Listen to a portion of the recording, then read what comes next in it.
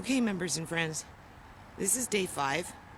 I have court in 2 days, right? Friday. Today's Wednesday. There's a homeless person over there. I think a young person. He's sleeping behind that mattress. I went down there to go see what was going on, just in terms of people throwing out their stuff, right? But hold on a minute.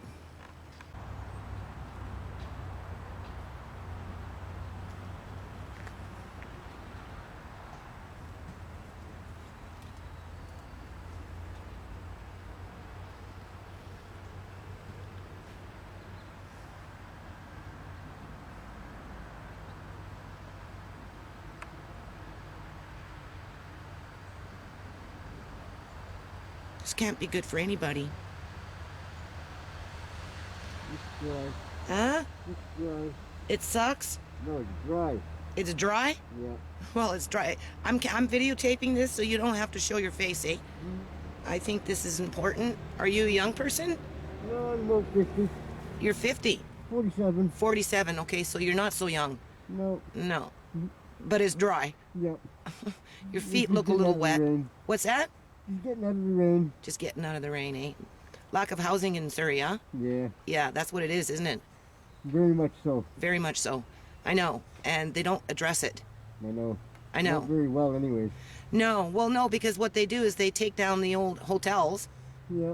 right? Which is affordable housing for low-income people.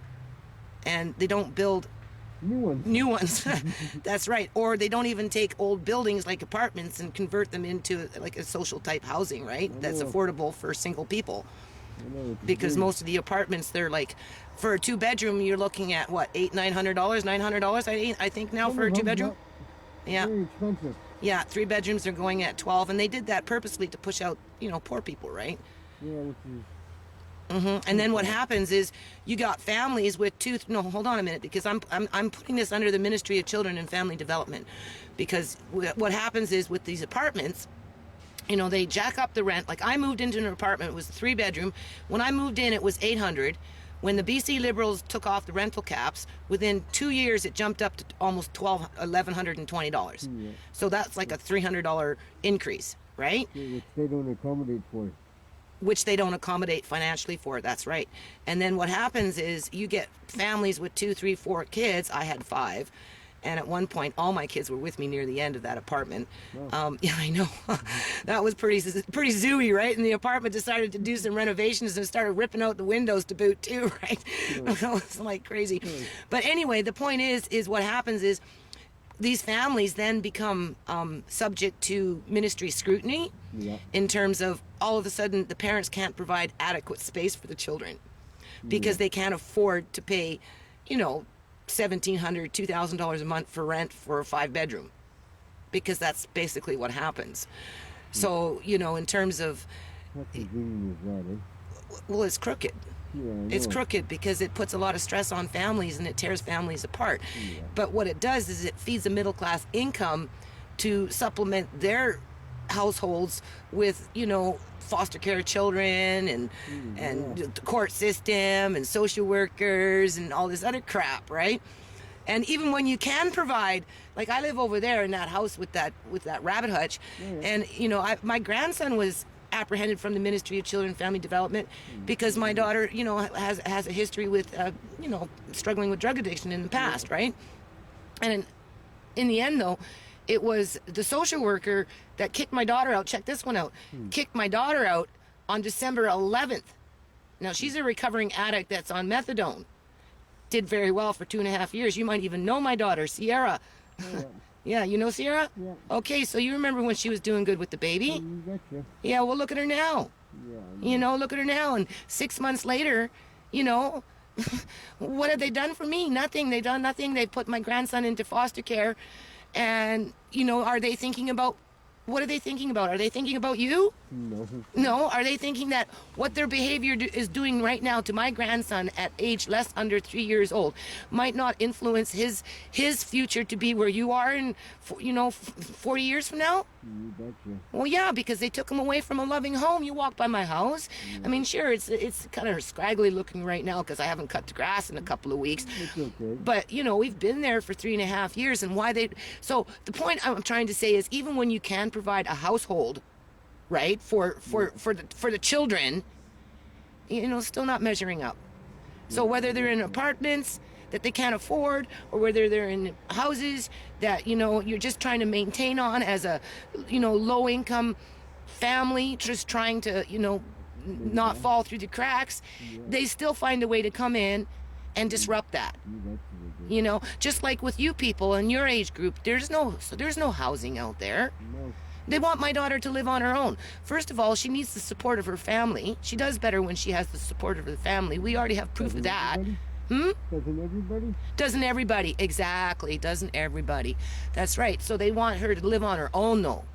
And I'm like, well, but you don't understand. You know, my daughter struggled a long time now with her drug addiction. She started very young, when she was 12, 13. By 13 and a bit, she was a full-blown addict to methamphetamines. Like, give it a break. What part don't you understand? Oh, but you're the one that triggers her to do drugs. No, I'm actually the one that encourages her not to do drugs. I'm the one that puts her on the path to stay focused and, you know, and whatnot. And you people come along and take my grandson away and you kick her out in the freaking streets in the middle of winter with no money, no shelter, no methadone, no nothing. And then you sit back and you wait for 6 fucking months. Well, you play the court game, which I'm going to court on Friday. And they don't like me because I'm opinionated and I make videos. Well, we're getting the truth out there. And this one here should be sent to Surrey Mayor, because this is an issue that she needs to address. She can build her condos, you know, fine. Like, let's do some parks and stuff like that. That's great too. But at the end of the day, we also need housing that's affordable for single people that just want to live their life like everybody else out here in the real world, because this is a real world video today, right? Yeah, you can send it away. Well, yeah, this one I'm going to. I'll just send it to City Hall. Okay. All right, so peace out, eh? Peace out. Hold on, do that again. Okay. Okay, members and friends. So I'm going to send this to City Hall. I'm going to go inside and just do a couple more little clips here, and I'm going to clip it all together. And then I'm going to send this one to the mayor's office. But this is my little pile of stuff that I'm giving away. Clearing out my garage. People picking through it, slowly but surely. Andre has lots of these little things. He's got them all over the house and inside the yard and whatever. So I'm giving that one away. His old toity seats, whatever. Hold on. Okay, so I'm in Andre's room now. I'm gonna work on it today.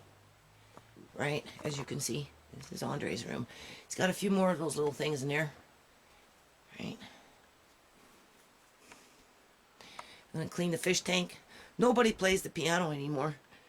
I think since Andre's been gone, she maybe played 4 times. That's it.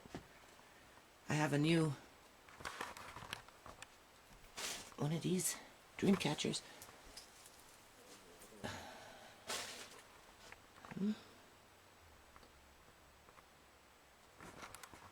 Nice.